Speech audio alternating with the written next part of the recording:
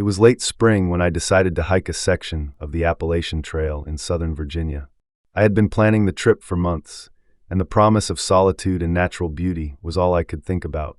As an avid hiker, the idea of spending a week alone in the wilderness was invigorating. Little did I know, this adventure would be unlike any other.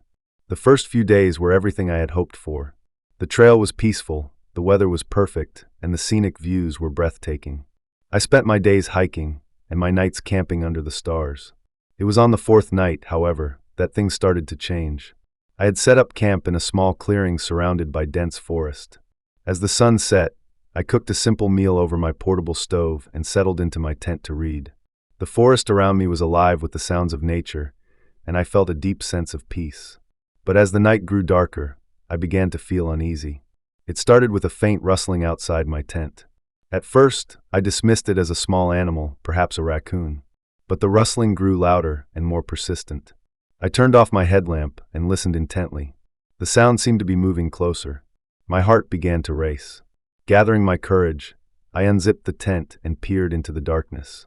The moonlight cast airy shadows on the trees, and I could see nothing out of the ordinary. I convinced myself it was just my imagination and went back inside the tent. But the feeling of unease lingered. The next day, I continued my hike, but I couldn't shake the feeling that I was being watched. Every now and then I would stop and look around, but I never saw anything unusual. The dense forest seemed to close in around me, and the once comforting sounds of nature now felt ominous. As evening approached, I found a new campsite and set up my tent. I decided to build a small fire, hoping it would provide some comfort. As I sat by the fire, eating my dinner, I heard the rustling again. This time, it was accompanied by faint whispers. My skin crawled. I grabbed my flashlight and shone it into the woods. The beam of light revealed nothing but trees and underbrush. I called out, "Is anyone there?" but received no response. The whispers stopped, and the forest fell silent. I tried to convince myself it was just the wind, but deep down, I knew something was wrong. That night, I barely slept. Every sound seemed amplified, and I kept imagining figures lurking just outside my tent. I woke up several times, drenched in sweat, convinced that I had heard footsteps. Each time, I would shine my flashlight around, only to find nothing. By the fifth day, I was exhausted and on edge. The sense of being watched had become unbearable. I decided to cut my trip short and head back to civilization. As I packed up my camp, I couldn't shake the feeling that I was being followed. The hike back was grueling. I kept glancing over my shoulder, expecting to see someone or something. The whispers and rustling seemed to follow me, growing louder as the day went on. I quickened my pace, desperate to get out of the forest.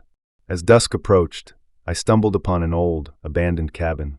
It looked like it had been there for decades, and I decided to take shelter for the night.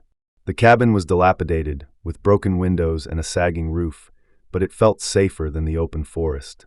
I barricaded the door with an old wooden beam and settled into a corner with my flashlight and a makeshift weapon, a heavy branch I had picked up earlier. The night was eerily silent, and I hoped that whatever had been following me would lose interest. Around midnight, I heard the whispers again. They seemed to be coming from inside the cabin. My heart pounded as I scanned the room with my flashlight. The beam caught a glimpse of something moving in the shadows, a figure, barely visible, standing near the doorway. "Who's there?" I shouted, my voice trembling. The figure didn't respond. It just stood there watching me. I tightened my grip on the branch, ready to defend myself. Suddenly, the whispers grew louder, filling the cabin with an otherworldly sound. The figure moved closer, and I could see its eyes, cold, dark, and soulless. Panic set in, and I swung the branch wildly, trying to fend off the intruder. But the figure was unfazed. It moved with an unnatural grace, avoiding my strikes with ease. I could feel its presence all around me, suffocating me with fear. The whispers seemed to be coming from all directions, and I felt a cold hand brush against my arm. In a frenzy, I bolted for the door, throwing the beam aside and bursting into the night. I ran blindly through the forest, branches tearing at my clothes and skin. The whispers followed me, growing fainter as I put distance between myself and the cabin. I didn't stop running until I reached the trailhead, where my car was parked. I threw my gear into the back seat and sped away, not daring to look back. It wasn't until I reached the safety of a nearby town that I finally allowed myself to breathe. To this day, I don't know what I encountered in those woods. The memory of the whispers and the lurking figures still haunts me, and I haven't returned to the Appalachian Trail since. The experience left me with a profound sense of fear and a newfound respect for the mysteries of the wilderness. Story number 2. When my friends and I decided to hike the Appalachian Trail, we expected a week of beautiful scenery, peaceful nights under the stars, and a chance to disconnect from our hectic lives. What we didn't expect was the terror that would haunt us for the rest of our lives. We started our journey early on a crisp autumn morning. The trailhead was bustling with fellow hikers, all eager to conquer this section of the famous trail. Our group consisted of myself, Dave, Julie, and Mark. We were seasoned hikers, but the Appalachian Trail was a new challenge for us. We had mapped out our route meticulously, ensuring we would pass through scenic vistas and historical landmarks. Our excitement was palpable as we set off, our backpacks laden with supplies. The trail was awesome, majestic views, dense forests, and the serene sounds of nature. The nights were cool but comfortable, and we spent our evenings around the campfire, sharing stories and enjoying the tranquility. On the 4th night, we camped near a small clearing. The sky was clear, and the stars seemed closer than ever. As we sat around the fire, Julie pointed out a bright light in the sky. It was unusual, not like a star or a plane. It seemed to hover, pulsating gently. We watched it for a while, curiosity piqued but not yet alarmed. The next day, we continued our hike, the strange light from the previous night a distant memory. As the day progressed, an unsettling feeling began to creep over us.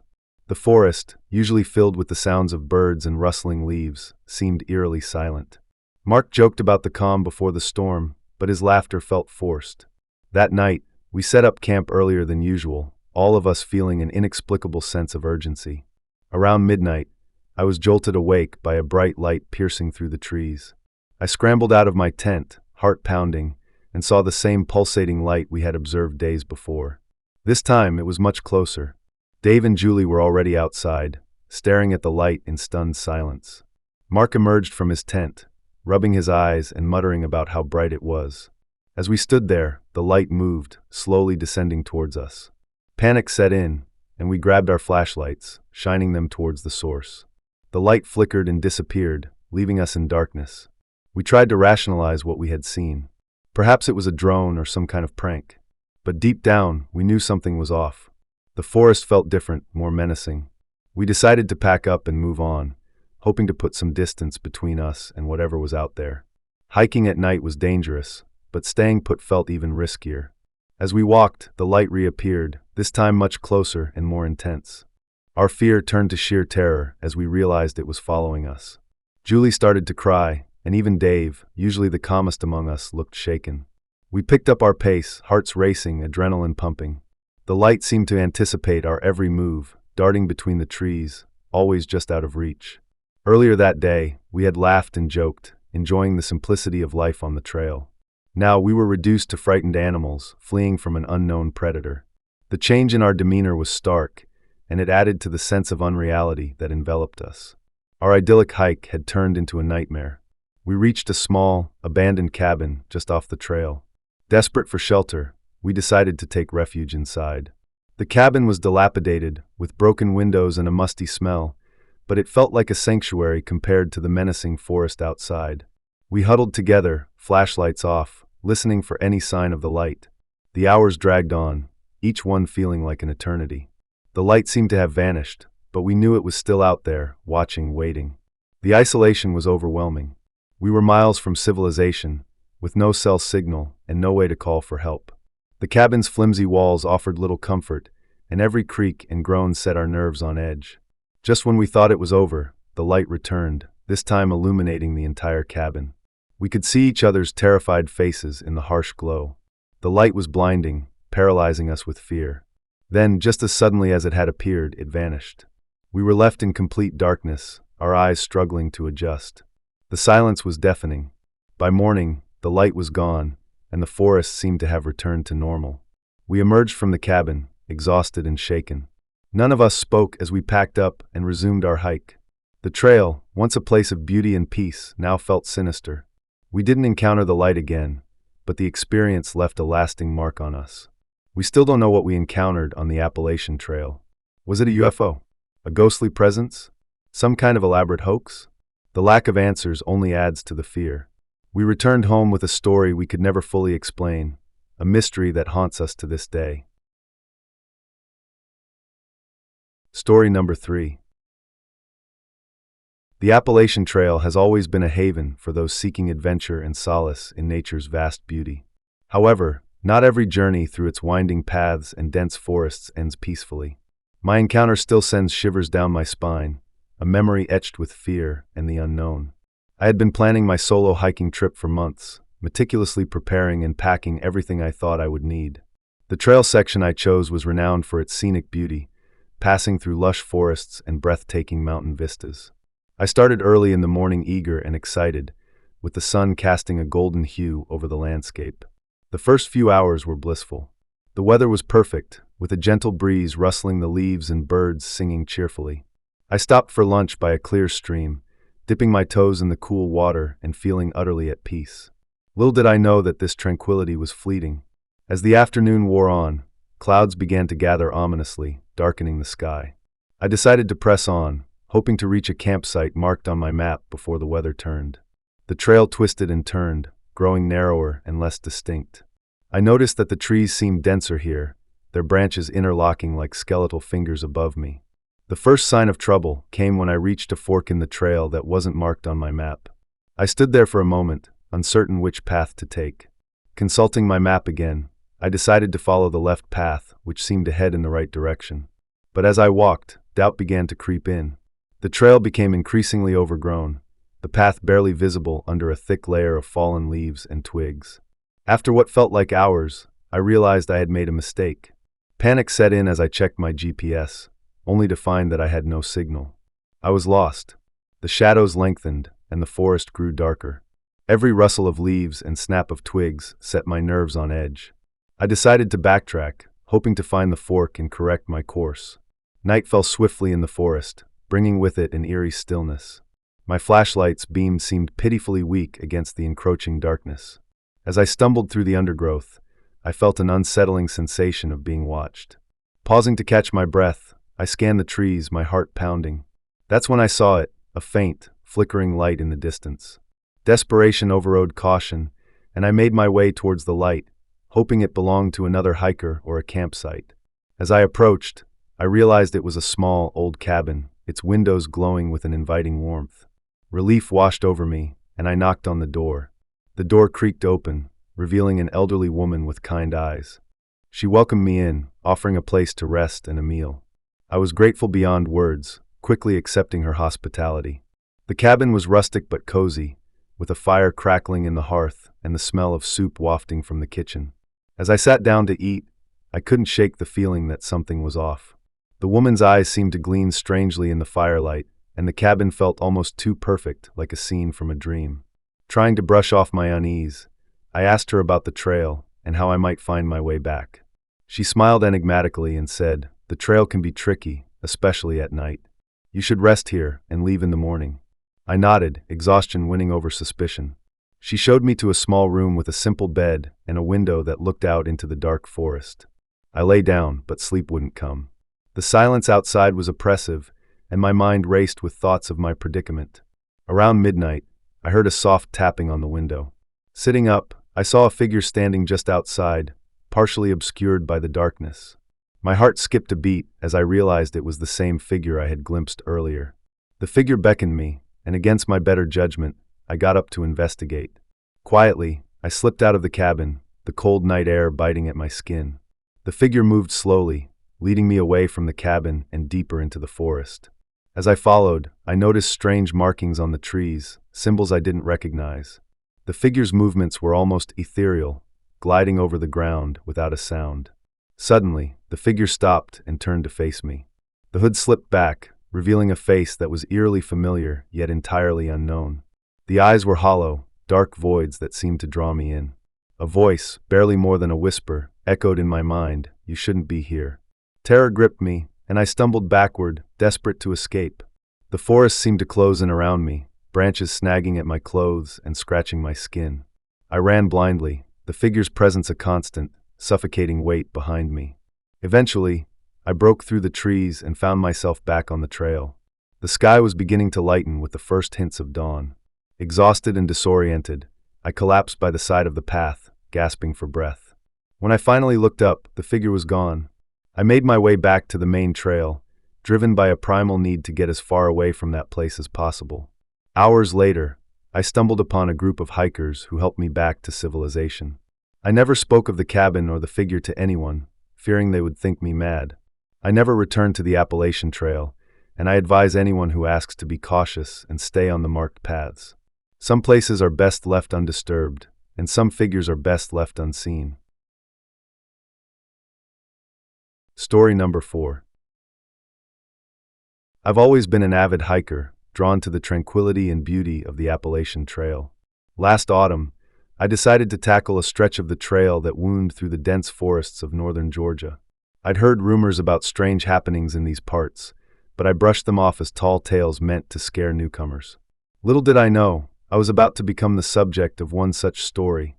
I set out early in the morning, the crisp mountain air filling my lungs as I adjusted my backpack and began my hike. The trail was serene, the sounds of rustling leaves and distant bird calls creating a symphony of tranquility. I felt at peace as I trekked deeper into the forest, my mind drifting as I enjoyed the solitude.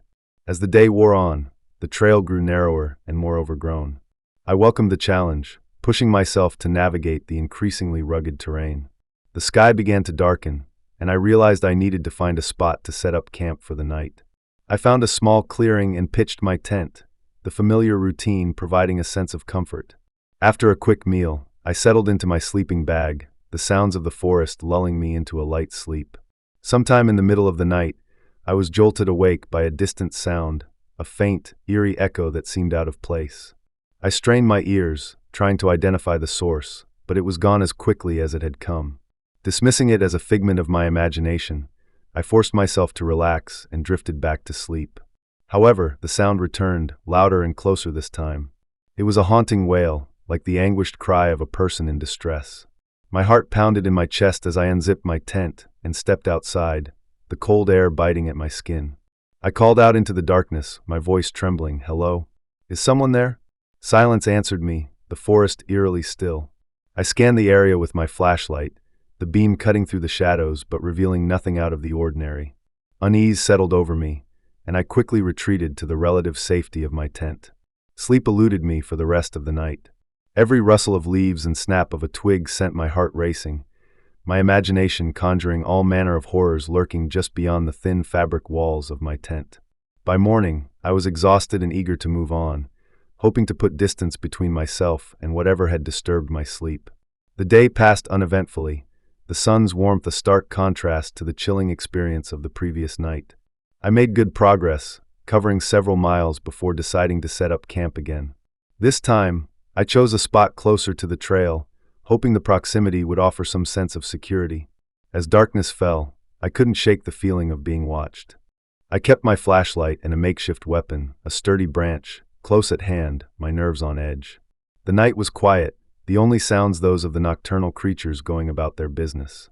Just as I began to relax, the wailing returned, louder and more insistent than before. It seemed to come from all directions, surrounding me in a cocoon of despair. I felt a shiver run down my spine as I realized it was getting closer, the cries transforming into whispers that echoed my name. Panic set in as I scrambled out of my tent, gripping the branch tightly. "Who's there?" I shouted, my voice echoing back at me. The whispers grew louder, a cacophony of voices overlapping and creating a symphony of terror. I stumbled backward, tripping over a root and falling to the ground. Desperation drove me to my feet, and I ran, my flashlight bouncing wildly as I navigated the darkened trail. The voices pursued me, relentless and unyielding. I didn't know where I was going, only that I needed to get away from the source of the horror. Hours seemed to pass as I ran, my legs burning and my lungs aching. Finally, I collapsed, unable to go any further. The voices had faded, but the fear lingered, a suffocating presence that threatened to overwhelm me. I huddled against a tree, my eyes scanning the darkness for any sign of movement. Just as I began to think I had escaped, a figure emerged from the shadows, a tall, gaunt man with hollow eyes that seemed to pierce my soul. He moved with an unnatural grace, gliding towards me as if carried by the wind. I was paralyzed with fear, unable to move or cry out. He stopped just a few feet away, his gaze locked onto mine. "You should not have come here," he whispered, his voice a blend of sorrow and menace. I tried to speak, but no sound came out. "Leave now," he commanded. With that, he vanished, leaving me alone in the suffocating darkness. I scrambled to my feet, my body trembling with fear. I didn't need to be told twice. I ran, not stopping until I reached the safety of civilization.